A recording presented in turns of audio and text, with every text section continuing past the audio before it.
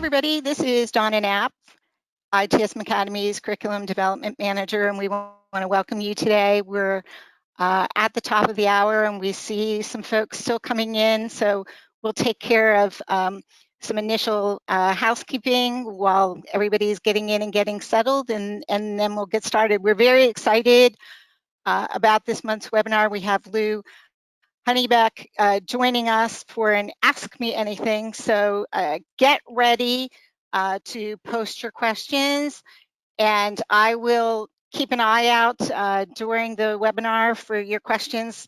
And, so please don't feel compelled to hold your questions till the end. If you have a question, go ahead and post it.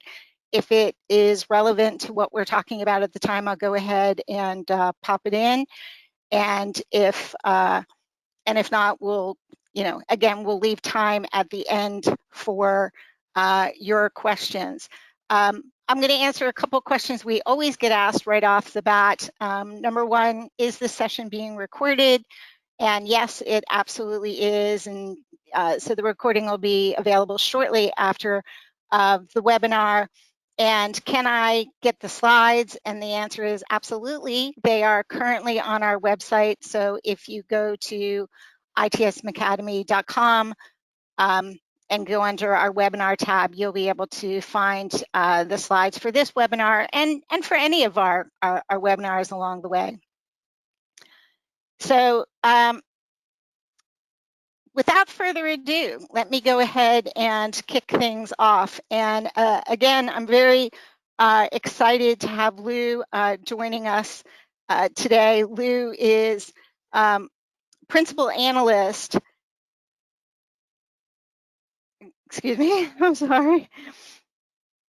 Lou is the principal advisor, excuse me, I knew I was saying the wrong word and I wanted to double check my word, at DXC Technology. She's very passionate, and you'll figure this out real quickly, that she's very passionate about improving how people work. And she's really kind of come to that through consulting and training and systems related consulting. She's an author. She was the author of ITIL Service Design, the 2011 edition. She was the senior architect and co-author for a publication that, quite frankly, we are huge fans here of at ITSM Academy, and that was ITIL Practitioner Guidance. We love that. We still love that publication. Lead architect for ITIL 4 Foundation, and what brings us here today, the lead editor for ITIL 4 Direct, Plan, and Improve. So welcome, Lou. Thank you so much for joining us today. My pleasure. My pleasure. Thanks for having me. We're glad to have you. So what I want to do is kind of start out just talking about the book, ITIL 4 Direct, Plan, and Improve. So talk to us about the vision for that book and the process for pulling the book together. And also, if you could speak to the relationship between Direct, Plan, and Improve and the qualification scheme. This particular publication is a universal one. And so talk to us about that. Sure. Well, excuse me, sorry about that. I think it might be helpful to kind of share some information about the inception of ITIL 4 and how this kind of came to be, because when the architect team was working together to kind of lay out what ITIL 4 should look like and be about, and we established the idea that yes, there needs to be the basic foundational concepts that would be articulated, and then where do we go from there? Because none of us were particularly happy with the way the guidance was shared in earlier editions of ITIL, and we want to make it as practical as possible. So we had this amazing exercise. It was really cool. We had a massive room and we wrote out Post-its of all the things that we thought someone should know about or have skills in if they were going to contribute to an organization that was trying to use service management principles to deliver their services. And we started grouping them and organizing them and looking for themes.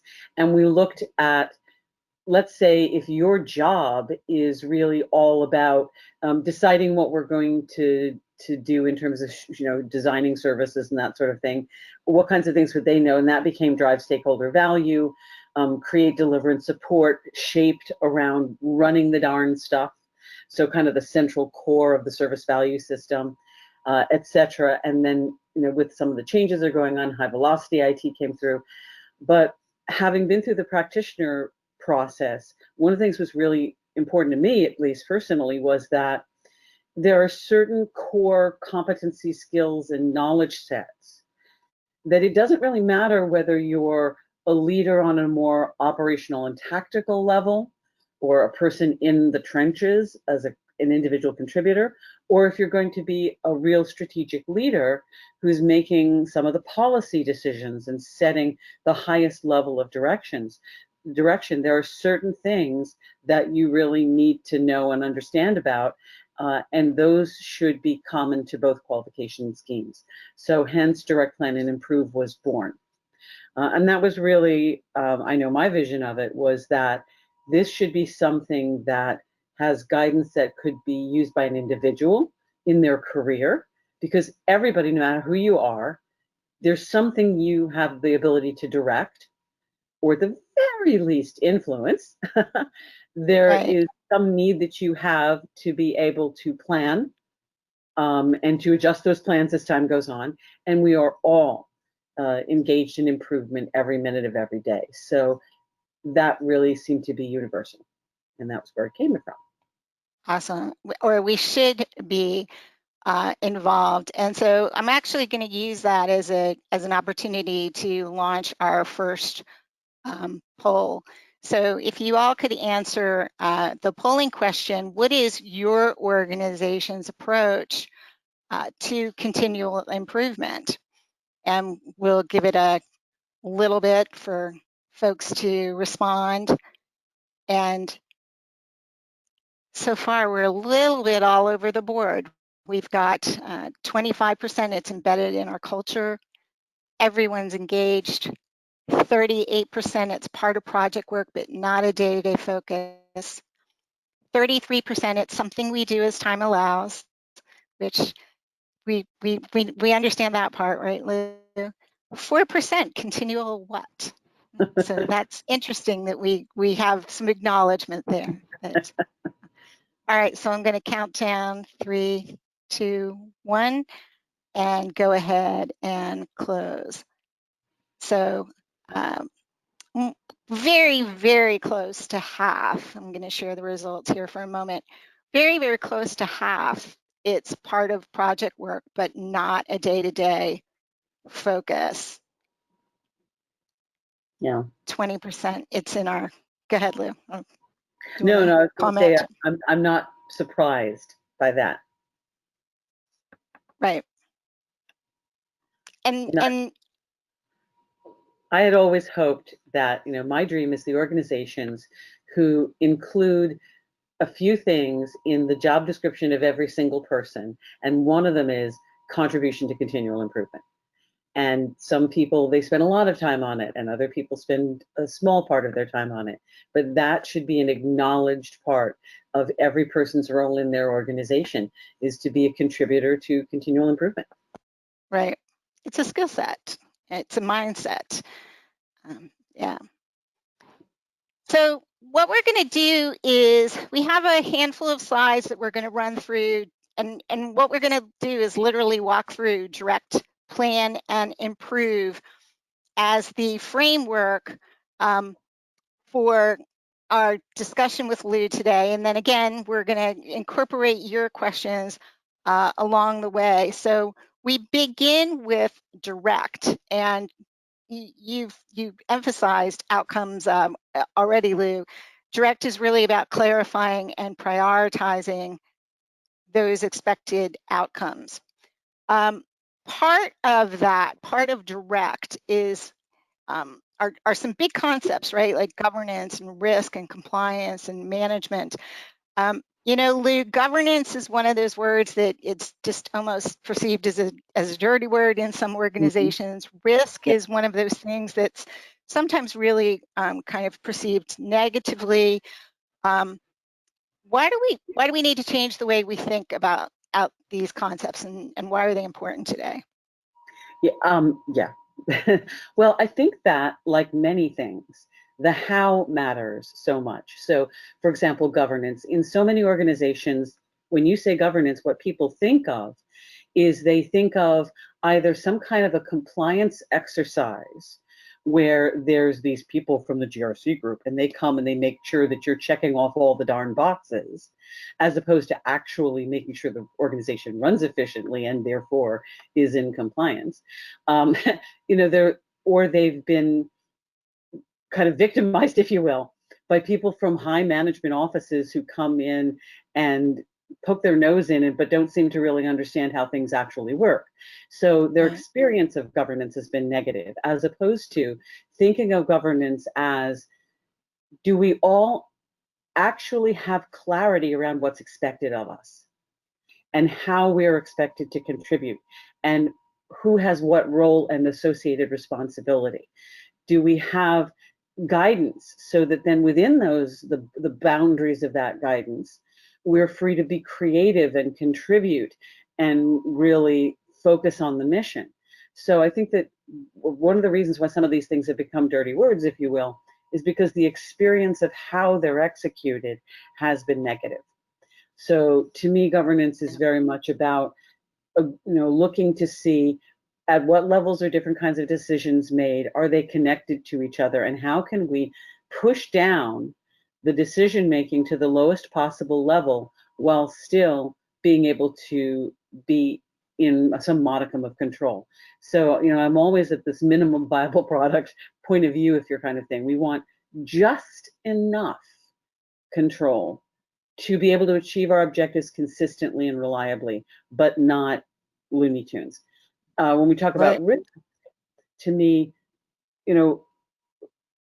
if we say, oh, risk is a bad word, well, then life is a bad word. We're alive, we're moving through time, there is uncertainty.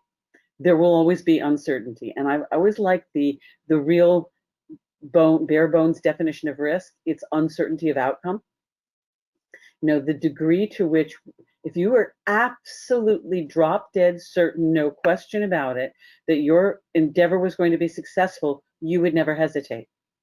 If you were absolutely drop dead certain, there was no uncertainty whatsoever, that your endeavor was going to fail, you would never embark upon it.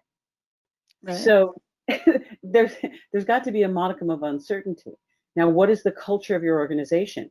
Is your organization so paranoid about trying to control everything that they're paralyzed and they don't do anything? Or is it the other side? Are they the wild, wild west? Nobody thinks about what might go wrong, so it all does. Right. Neither extreme is useful. Based on whatever your business is and what outcomes you're trying to achieve, then we're looking to the degree to which we can anticipate negative things that might stand in our way and prepare for them and mitigate those things, and the degree to which we can anticipate wonderful things that might happen and be ready for them, and support and engage and encourage them to occur. So Right. it's a good thing. I always love that view of risk that I think sometimes gets overlooked. What if we're wildly successful, right? Could we deal with that as well? Yeah. Are we capable of dealing with that as well? There's that old Victoria's Secret story where Victoria's Secret was going to start selling online, and they decided to run an ad on the Super Bowl. And red-blooded Americans, okay, their site crashed because they couldn't handle the traffic that hit the site after the ad ran. I was like, Right. okay, that's a really good thing that lots of people wanted to talk to us. The bad thing is we were unprepared to handle that, and Right. oops. Lou, one of the things you talked about was decision making. And, we really see in organizations today a move to self-organizing teams, self-directed teams. So, kind of the traditional command and control management style that perhaps was tied back to that old view of governance and how we approach risk. isn't really reflective of a lot of organizations today. So talk to us about the role of management and how that's changing. Mm-hmm. And also you kind of alluded to this early on, this idea that everyone can influence. One of the kind of cool things I think in the publication is these concepts of scope of control and scope of influence. So Mm-hmm. how's the role of management changing, and Well, and this goes back to this idea that how do we we work in want, these self-organizing and self-directed teams? Go ahead, I'm yeah, sorry. no. I think it goes back to my mind to wanting this guidance to be something that individuals could also grab onto and say, well, look, okay, I have no direct reports.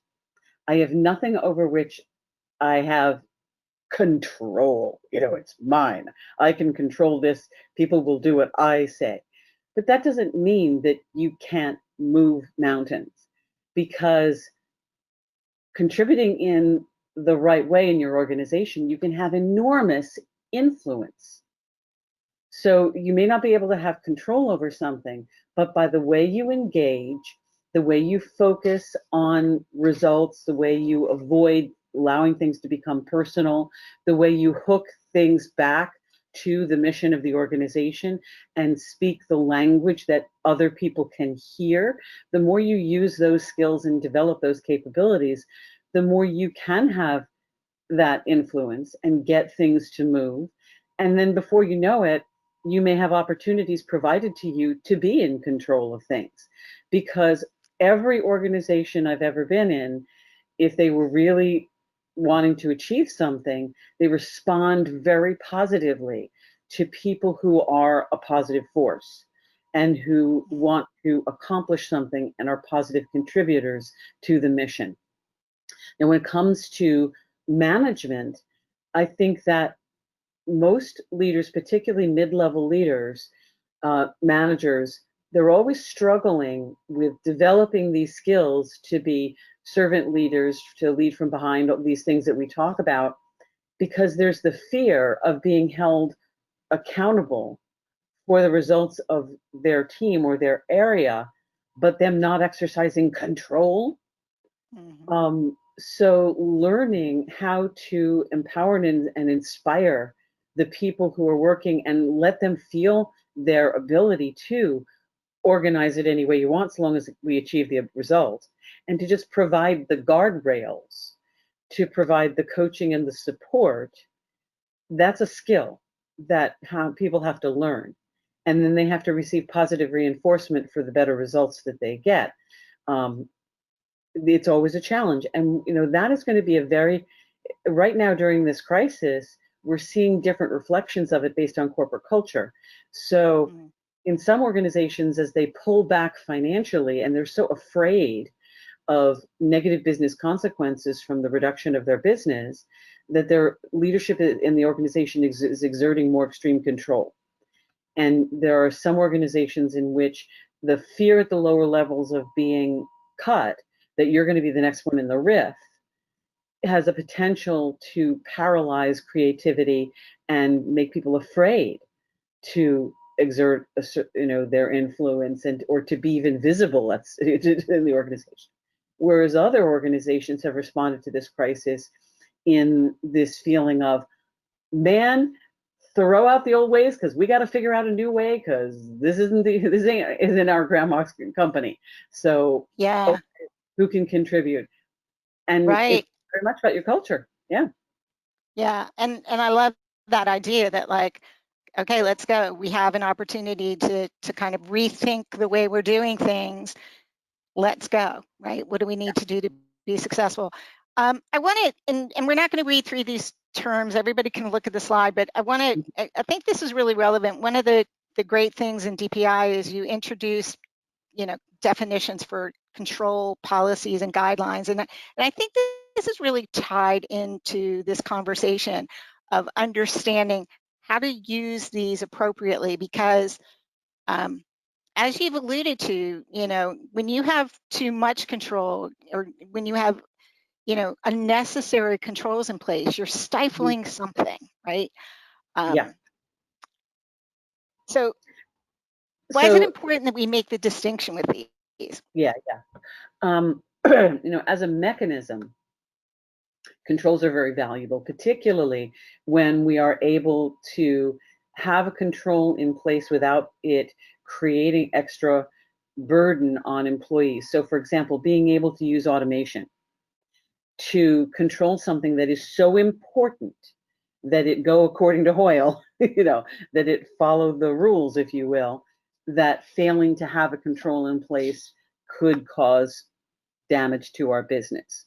So, each organization, again, it depends a lot on what your business is. And controls are frequently connected to being in compliance with something. If there's a federal regulation, or if there is some kind of legislation in your, your EMEA branch, you've got GDPR stuff, you can't necessarily rely exclusively on human beings doing the right thing every minute. So we want to make it easier for people to follow the dictates of the organization. And if we can put controls in place, both through process, but if we can lean as much as possible on automated controls, so long as they don't put everyone in a straitjacket that makes it impossible to function, then that can be very helpful. The one thing about policies and guidelines that I've observed in some of the clients I've worked with is, in some organizations, the minute you call something a policy, suddenly it's subject to official corporate governance and compliance, and there have to be metrics and measures in place, and controls if possible, that we can prove that we are in compliance to our policy as we defined it. So in some organizations, just calling something a policy puts you in a whole different area.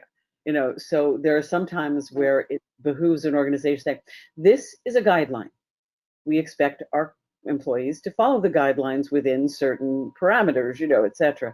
So having distinctions in your organization for what something is can be very important to the success or failure. But ultimately, this minimum, the minimum you can get away with to achieve the objectives is really the approach.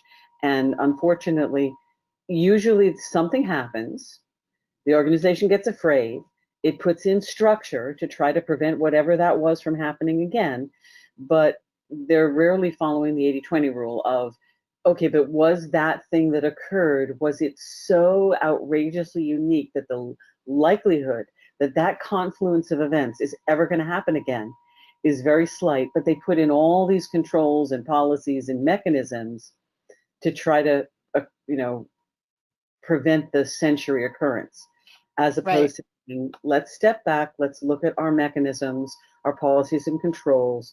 Is there anything systemic that we should potentially address, or is this just a learning and we communicate with people and we move on? So I've seen a lot of that too. Right. Heaven forbid we coach the person who actually made the mistake and help them understand, how they could do it better. Or that management accept that it was them. And, it's like, oh no, well, we're going to blame this group over here that did that, or this system over here that did that. You know what? Guess what? It wasn't them. It was you. Right. So I think that in the pandemic, a lot of organizations are kind of rethinking these ideas of what is a policy, what should be a guideline, or maybe they're not as strictly enforcing policies right now. But and I'm going to ask a question that someone just put in. While the pandemic forced many organizations across the world to adapt to new ways of working, do you think they can get real value out of this in the long term unless they go through a cultural transformation? So even if we're not enforcing policies today, are we going to run into trouble if we just go back to, our old ways of working? Yeah. Once we're through the pandemic. And I hate to keep harping on this, but so often the answer to that question is, what's the core culture of the organization? So, if there are some organizations that have what I call a fear culture, which is so many of the decisions when you take a look under the covers are made because we're afraid some bad thing will happen.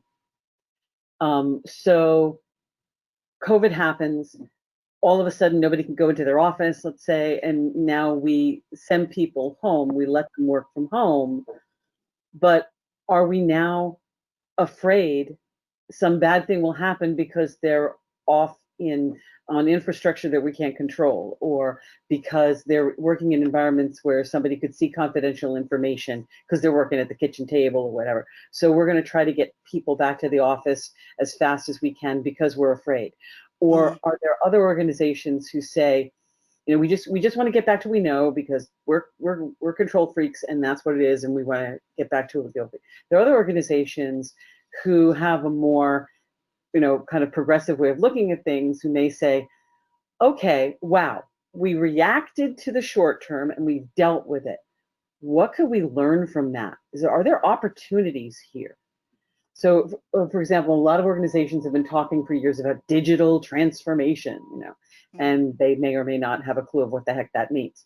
But some organizations now, we just did this CIO roundtable at my company a couple weeks ago, where the question we posed was, due to this crisis, has it transformed your transformation?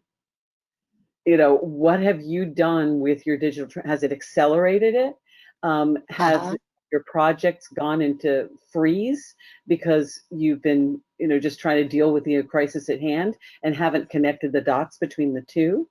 So really, this is an opportunity for a little bit of reflection to say, okay, what are we learning about ourselves at this? And what can we do to make ourselves better, to recover from this? And then there are those small set of companies that have just been, you know, I mean, people who have been making billions because they happen to be in an industry where they're in desperate need.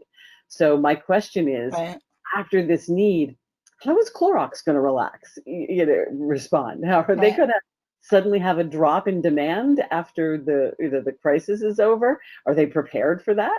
You know, are they expecting they're going to keep making the same billions? I don't know, but there's some learning to go on here. Yes. Awesome. I'm going to come back to that transform your transformation in a little bit.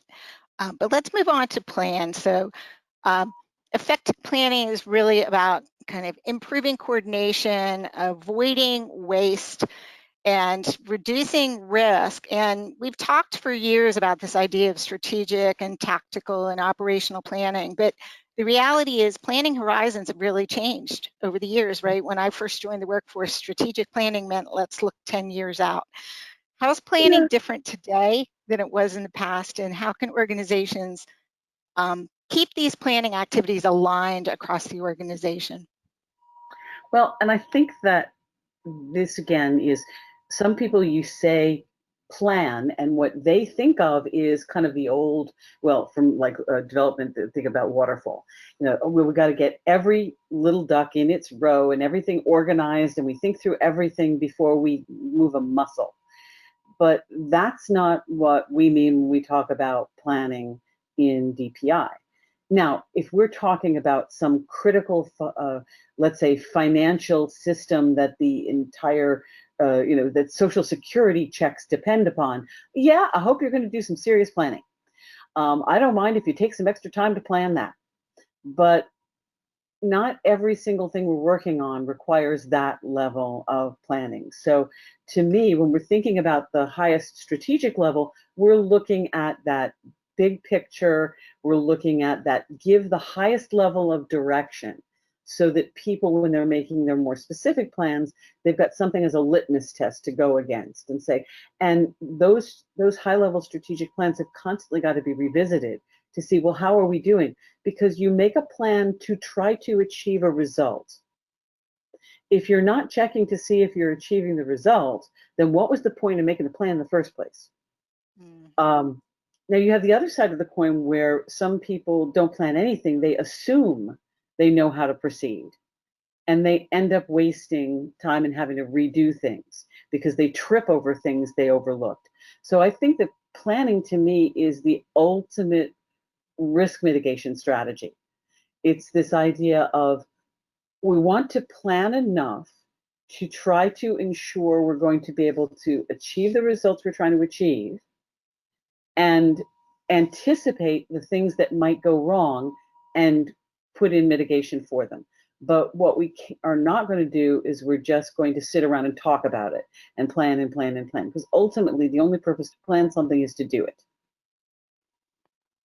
Right. You know, plan without execution is useless. Right. We want to move agilely. If you want to move with speed, that's great, but understand how your piece fits so that you are making your plan of action and executing with speed in the context of the other things that you could be bumping into. Right. And having that constant understanding of, what's really important in the context of the greater organization. Yeah, well, and that's where So, those two arrows on either side of that slide are the critical elements of the right. align the intent and feedback, feedback, feedback. So without the communication and the left hand knowing what the right hand is doing, so that they can realize, oh my goodness, they're doing that over there, that could impact me over here. Without that coordination, then you can get chaos and spend a whole lot more money than you intended to. And it's where the learning occurs in terms of understanding. We put in place a plan. Did we in fact achieve the desired results? And if not, then, what can we learn from that? And how do we need to adjust? Everything iterates. Right. So speaking of iteration, continual improvement. So improvement's really about change. Without changing some aspect of the current state, there can be no change to the outcomes. And we've talked about transformation a little bit. We hear a lot these days about transformational change versus continual improvement. So can you just talk for a moment about how those two relate, and what's your take on this whole idea of transformational change? Well, I think that inherent in the term transformation is this connotation that what we get at the end is materially different than what we had before. So, if you're just talking about driving more efficiency into something we're already doing, that's more improvement. I think one of the things that we talked about this in the author team when we're talking about this phrase digital transformation, and how in some organizations what they meant was simply digitizing existing workload. But they weren't doing anything new. They weren't changing what their business did or materially changing how their business did it. They're just taking workload that was moderately manual and digitizing it. That's not digital transformation. There's nothing transformative about it. So this idea that if we're truly transforming, then either we're making some material change to our business model in how we do what we do. And this is a good example of this is telemedicine. I was actually working with telemedicine well before COVID. But once upon a time, the only way you got medical treatment was to go to a practitioner of some sort, either in their office or in a hospital or a clinic or something like that. The idea that somebody on a laptop in the middle of their ranch could get a consultation with a physician, that's a transformative way. So you're doing the same thing, but you're doing it in a materially different way. Or are you actually transforming the very nature of your business? Once upon a time, somebody was handing out DVDs. Now we've changed our business and we're streaming, and we've actually said, well, once upon a time, cable television companies ran cable so that they could send you television. And then somebody had, oh my goodness, we've got all this infrastructure. What else could we do? Maybe we should sell high-speed internet access. They completely transformed the nature of the business to say, we're not just this, we're also this. So transformation does say that. Now, that in mind, incremental change can affect a transformation. You know, you erode the side of a mountain, one grain of sand at a time, but now the mountain's completely different. Eventually, Right. maybe the mountain is gone. So that can be transformative, but I think continual improvement needs to be embedded in every organization, even one that doesn't particularly want to transform, because we can always do what we do better, faster, smarter, cheaper, and with less stress for us. Right. Yeah. I think if you have that focus on continual improvement, like you said, the transformation is actually occurring, and it might not even be in hindsight until you look back and you think, wow, right, how we're doing business today is very, very different than how we were doing it, you know, And there's 2, also a 3, 5 situation years ago. where continual improvement of something we're already doing then makes it possible for us to transform the business in some way. So, you know, for example, perhaps my company, we've never really done business in EMEA because there was some kind of roadblock in the way we, where we supported our salespeople, and we really couldn't do that kind of remote support to our sales force. But over time, we improved our systems and we improved our capabilities, and now it's so much more possible for us to go out into that market than it was before. So now we may be transforming our business because we continually improve. So that shouldn't be overlooked. Right. So I think that's a good segue for talking about continual improvement in the context of ITIL 4. You know, ITIL has historically been viewed as a process-centric framework, and yet there hasn't historically been a continual improvement process. Well, the game has changed with ITIL 4. Continual improvement is embedded in every aspect of ITIL 4. So can you talk about that? And because we're going to talk about the greater service value system, I'm going to throw out a second question and I'll let you incorporate that as you go along. One of the most frequently asked questions that we get in our webinars is, how can I get executive sponsorship for improvements? And I kind of think that's part of this conversation. So talk to us about ITIL 4 and continual improvement. Yeah. Well, one of the things that you can see just from the way we did the diagram, and oh, you wouldn't believe some of the permutations this thing went through, to try to graphically represent the concepts that we were discussing. So, yeah. Anyway, meanwhile, back to ranch. You know, to make it's the word improvement, whether it's the overall service value system or the value chain, to see where that improvement is very, very prominent. It just is giving it the natural place it belongs. So if you think about it, you would never move into a house and live there for 20 years and not do some improvement. It's just a natural thing. You're going to have something.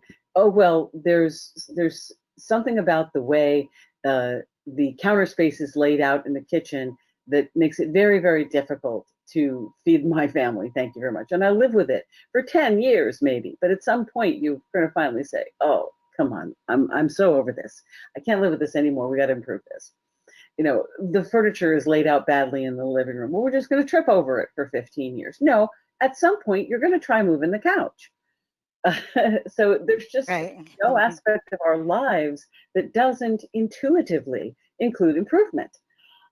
We just don't necessarily realize it as an imperative. Now, I think the key challenge that most organizations have, I already mentioned in the beginning this idea that everybody should have it in their job description, that contribution to continual improvement should be in everybody's job description, no matter what part of the organization they're in. So that's part of it, is raising its visibility. The other part of it is everybody's got a day job, right? So you may be part of improvement activities that relate to your day job, but to look at it holistically, to say, what are all the things that are happening and how do they come together to improve some overall things? And also, how do we devote time to improving things that are important but not urgent? So we struggle with that. Organizations talk about these big grandiose things that are important to us, but they're not urgent because they're not excruciatingly painful right now. So if you've got an Right. ache in your shoulder, that's going to get a different level of attention than if you cut yourself with a knife. Well, but the ache is going to hurt you for years and years and years, and you may not realize that your entire shoulder joint is deteriorating because you didn't take care of it. So this is what we do in business. The cuts we address immediately, and we put sometimes bandages on them, but we don't necessarily. It's all best intentions, but the important stuff frequently gets put off and put off and put off. So how do we put something more fundamental, more systemic in place?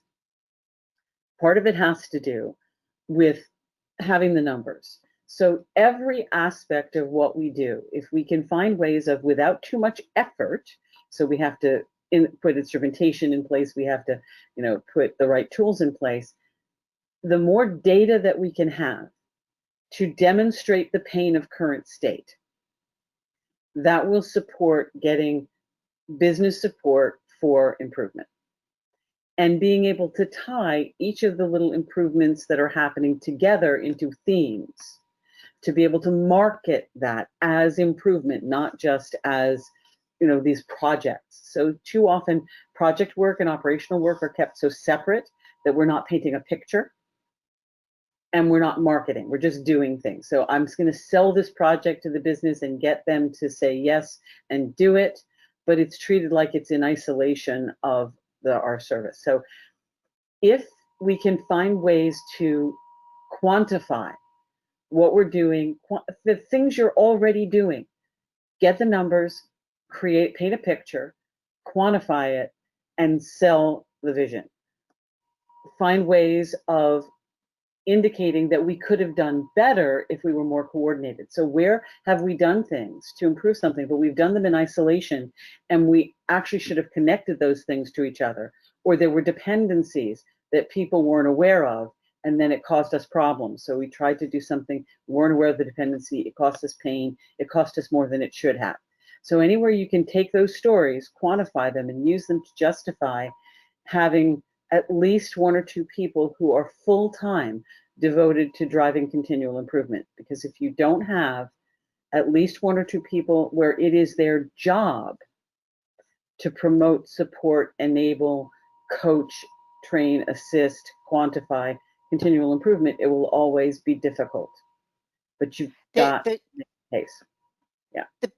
And they develop the skills, right? They develop the skill set that lets them understand how to do that quantification, how to do that marketing.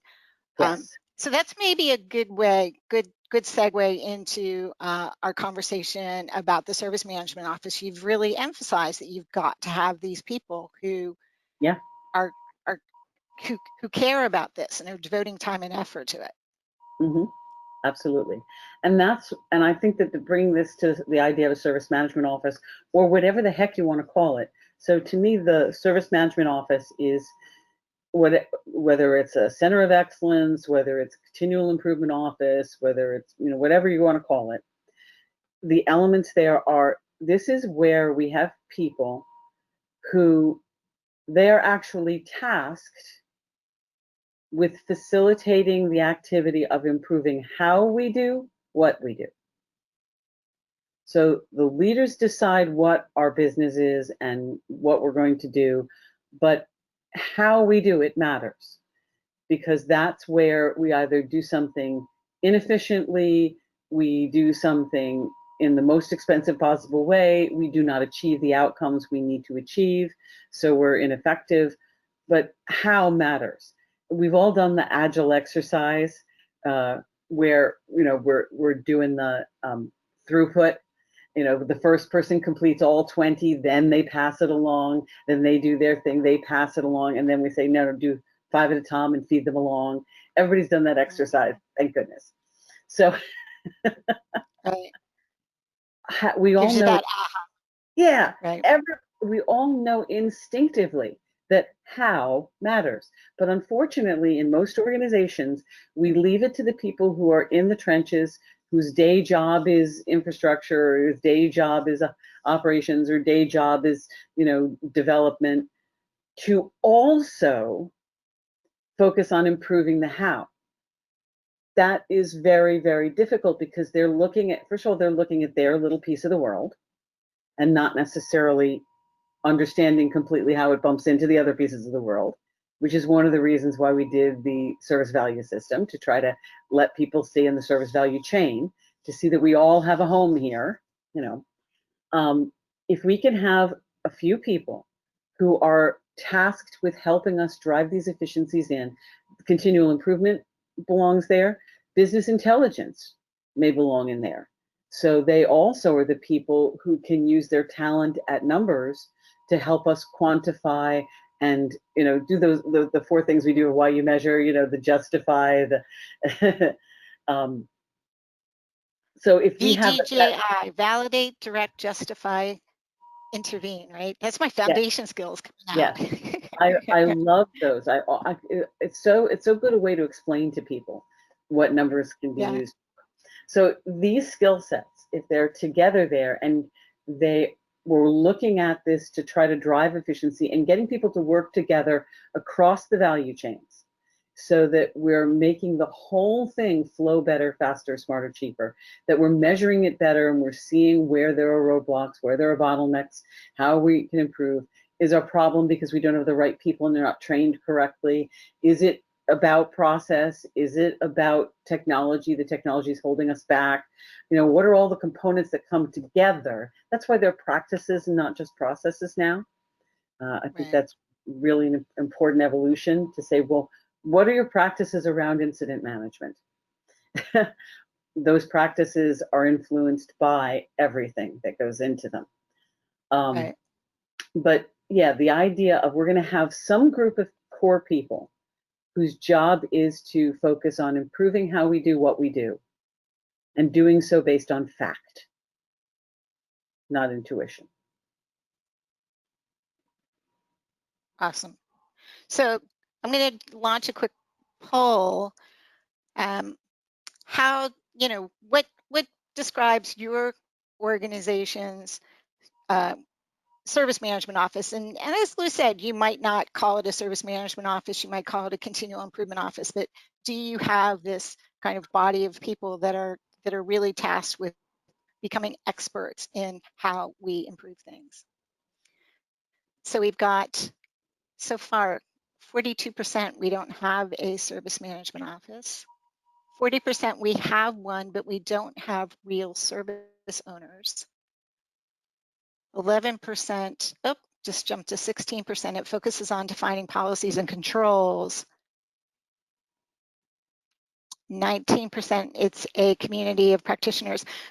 Lou, can you talk about that notion of, we have a service management office, but we don't have real service owners, right? So what are the ramifications of that? Well, that goes back to, when we look at our organization, whatever that organization is, and we say, what do we do and who do we do it for? Who are we serving? What value do they need in order to experience, in order to be able to do their thing? If we're not looking at what we do in that context, and actually trying to see if we're delivering those outcomes, whether we call them services or if they're applications or platforms, or however you organize yourself, that's the idea of a service owner. That we have people who are designated to spend some of their time focusing on how well we're meeting the needs of our service consumers. And without that, now a lot of organizations, they'll have process owners, but that's very different than having service owners.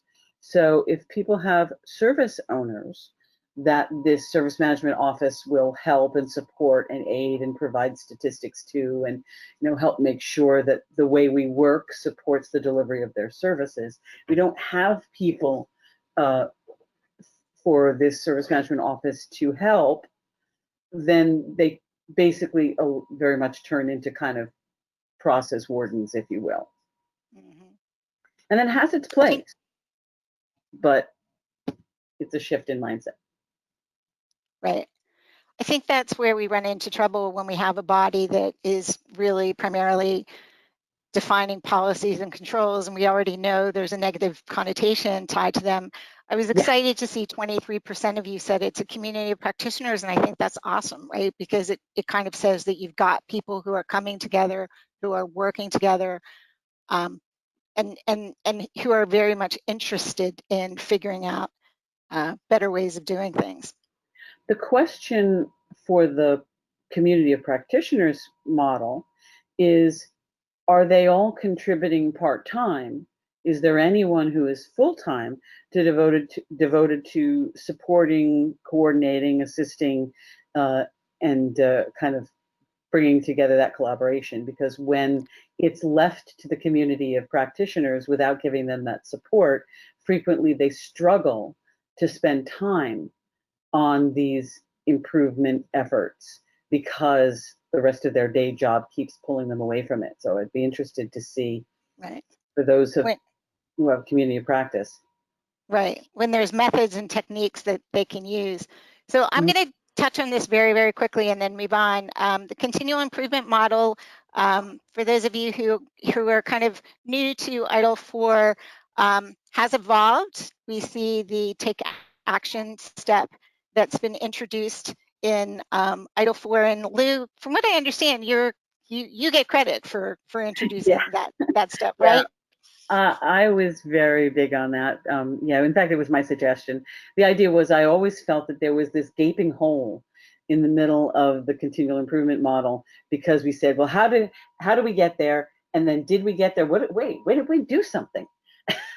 You made a plan, and in the past, inherent in how do we get there was to make and execute the plan, but it really wasn't explicit. And I just thought it was so confusing. Right. How do we get there? Did we get there? Did we go anywhere? Right. Awesome. So now it is explicit. So part of continual improvement is measurement. And I'm going to kind of present a couple of slides and then have Lou talk about it. A couple of things that actually, this throws back to ITIL practitioner, right? Where we started talking about things like lagging and leading indicators. We also in ITIL 4 have brought in value streams. So we're talking now about value stream metrics, and we can then kind of help tie those to process metrics. So can you just speak to how in ITIL 4 we've brought in these new concepts in terms of how we think about measurement? Well, I think that it's one of the things that we wanted to make sure people kind of got is that measurement of all kind, metrics of all kind, they're tools for decision making, they're tools for achieving outcomes. They're not to be used as whips or cudgels, or to make something. It doesn't absolve someone from critical thought. Let's put it that way. I mean, I've always had a pet peeve about people gathering data, processing it into percentages and totals, and maybe some pretty charts and graphs, and handing that off to somebody and calling it a report. Okay, where is the critical analysis? What did you learn that was important information when you looked at these numbers? So, when we're talking about lagging versus leading indicators, things of that nature, we're saying, what is the thing that you need to be able to do? Are you trying to set yourself up for success and see how are we doing? Are we doing things that we can reliably say, If these things are occurring, if we're observing them occurring, then we are likely to achieve our success, our desired outcomes. Or are we just looking in the rearview mirror and saying, oh, that didn't turn out well, let's figure out what happened and fix it the next time. So what is it you're trying to accomplish as an organization? And then how can you tell? Are you measuring the right things? And when you see a measurement of some kind, are you trying to figure out what it means or just making assumptions about what it means? Mm-hmm. I mean, you got the classic first call resolution number, right? And it goes really, really high, and then all of a sudden it drops. You're like, what's going on? Oh my God, the service desk got really bad. No, what happened was they had a nuisance incident that was being spawned from a system that had a problem in it. And they got really, really good at solving the nuisance incidents. And so Right. their first call resolution was artificially inflated. Guess what? Good work. We fixed the problem. Now we don't have that anymore. So their first call resolution number dropped back to where it should have been in the first place. They didn't get bad. It was good news. You just reacted Right. to a number instead of understanding what was under the covers. So, that to me is the key message here is measure something based upon the value of the measure for making a decision, making a choice, taking an action, or communicating a result. Torture numbers, they'll confess to anything. Yeah. And I'm going to kind of tie in the conversation about value streams, because I think by bringing value streams into ITIL 4, what it has also helped us do is start to look at and give critical thought to where are the improvements needed, right? So let's make sure that before we invest in improvement, are we investing in improvements in the right places? Exactly. Yeah. Like, I remember years ago, I had a teacher who talked about, okay, I am a baker and I sell bread. And one day, instead of selling the 400 loaves that I usually sell, I sold 300 loaves. Oh my goodness, what went wrong? Well, I got to go back and see, well, did I get 300? Did we bake 400 loaves and I only sold 3? Well, if I baked 400 and we only sold 300, there's obviously something wrong in, the selling part. But if I only got 300 loaves and I sold them, well, I'm selling everything I possibly can. What happened in the baking? Did I have enough raw material to be able to bake 400 loaves, but I only produced 300? Something's wrong with baking. But like you say, you got to fix the part that's broken. And you need the numbers to do it. Yep.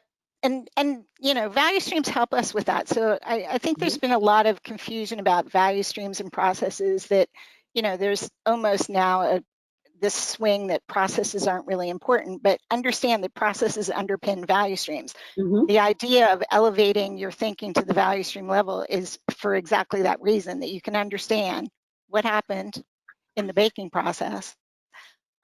So let's make sure that if we're going to invest in continual improvement, we invest where it makes the most sense. Yeah. So we're close to at time. I'm going to ask you one last question. Lou, do you think we've all come to accept that change is constant? Like, are we getting better at that? Because it really is a difference. The high performing organizations understand, right? The importance of continuously improving. Greg Sanker, who's with us today, tweeted a bit back that if you are having to undergo a massive transformation, it probably means you stayed in one place too long, right? You didn't continuously improve. So are we getting there? Are we getting better at understanding the importance of continual improvement? Anybody who doesn't get that has not recognized the fact that they're alive and moving through time. I'm sorry. There's just nothing that stays. We can all be nostalgic about how it was, back when our company was perfect, back when no, come on, get over it. So you can either lay down and go to sleep and pretend that when you wake up everything's going to be better, or you can say, I'm going to deal with reality that's in front of me, and let's figure out, let's be energized, let's figure out how we can be part of the positive and not part of the negative. Amen. All right, I'm going to turn over to Lisa for a moment, and I'm going to turn over to Nina. We're going to just do a little announcement, and then and while they're doing that, I'm going to see if there's any last little questions, and then we'll call it a wrap. So Nina, Lisa, you want to take over for a second? Yeah, thanks, guys. Lou, that was wonderful, but what a great analogy for me with the sore shoulder and the cut on the hand. I will be giving you credit for that, but using that analogy time and time again because it's so true about what happens. And speaking about what happens, next month's webinar is an opportunity to be in the room where it happens. We're going to bring together a couple of senior leaders from practitioner organizations and some of our subject matter experts. And we're giving you guys really an exclusive opportunity just to listen in on a session. You know, when senior leadership having dialogues with external teams, giving advice on, you know, ITIL 4, service management, the modern workplace. So it's a little bit of a new format for us, kind of a seat at the table. And that will be September the 3rd, September 17th, Thursday. Yeah, thank you. At 11 a.m. And also, if you are interested in attending the DPI class, and Donna, I should ask you to do this, but if you could get to the ITIL 4 scheme quickly, that would be awesome. If not, don't worry about it. But the DPI class is what we call the twofer class. In that, it lives in both the managing professional stream and in the strategic leader stream. To earn your ITIL strategic leader, you have to attend and pass both the DPI class and the digital and IT strategy course. So we're running a promotion for you guys as a thank you for attending and all being so loyal to us always.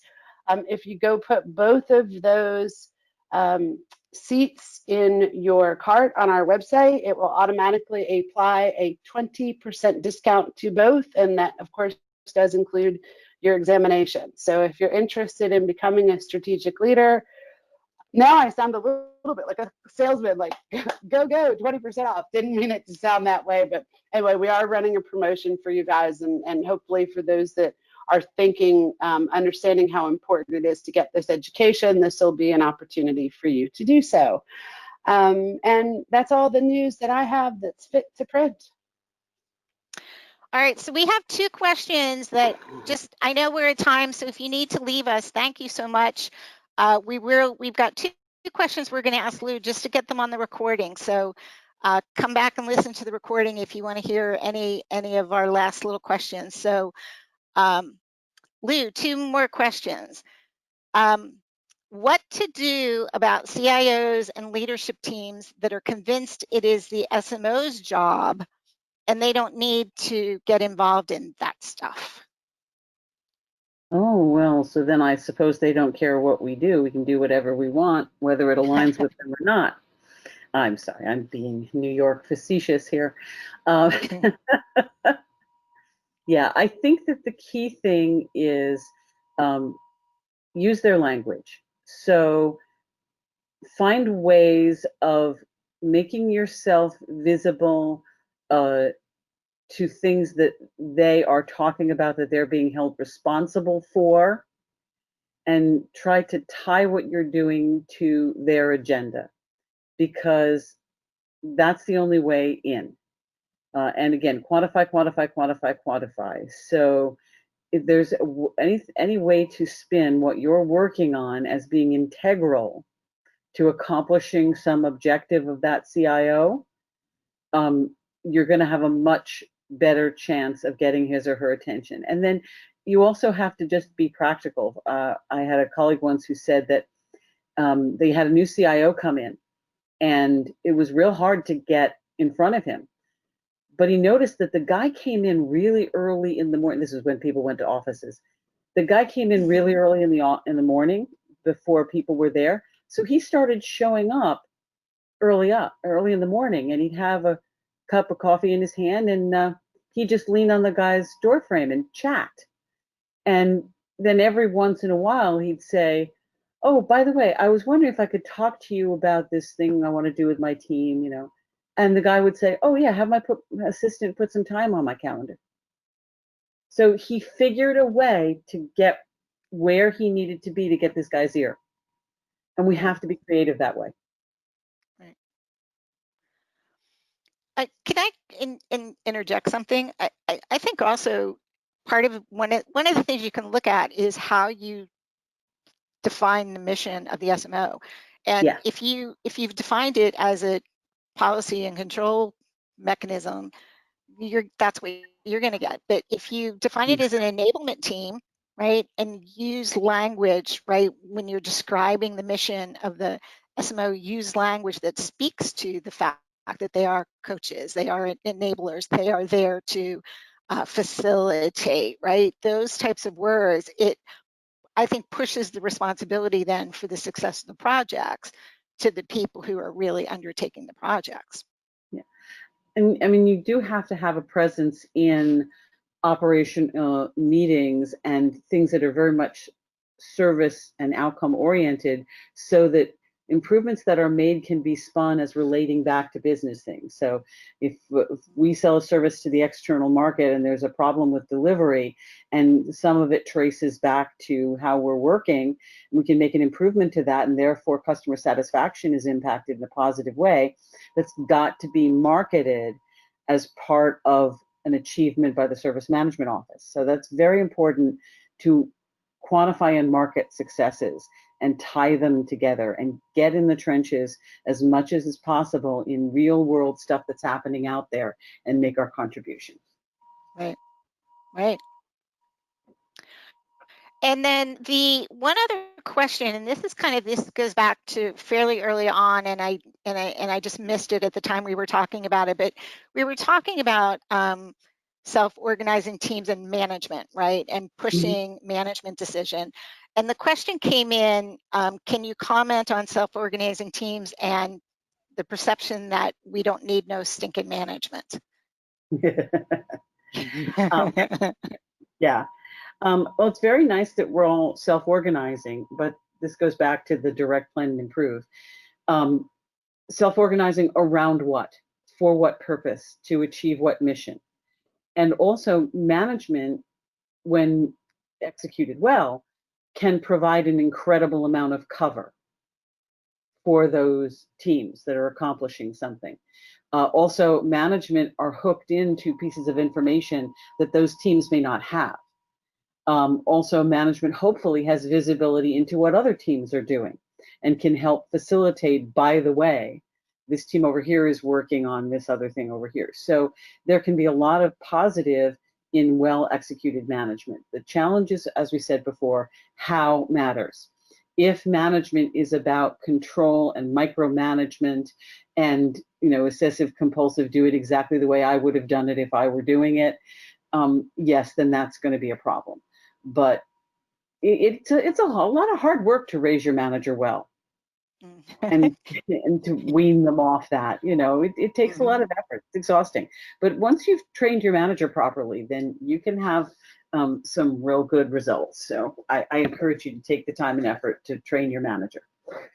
Yeah, that's a great way of putting it. All right, I think I've answered all your questions. And again, to those of you who stuck with us to the end, thank you so much. We appreciate you joining us this month. Lou, as always, it was a pleasure chatting with you. We usually see each other at conferences, and that's not going to happen this year. So it was at least a pleasure to get to hang out with you a little bit and chat with you today. So thank you so much for joining us. A pleasure. Thanks, everybody. All right. Thanks, everybody. Have a great afternoon.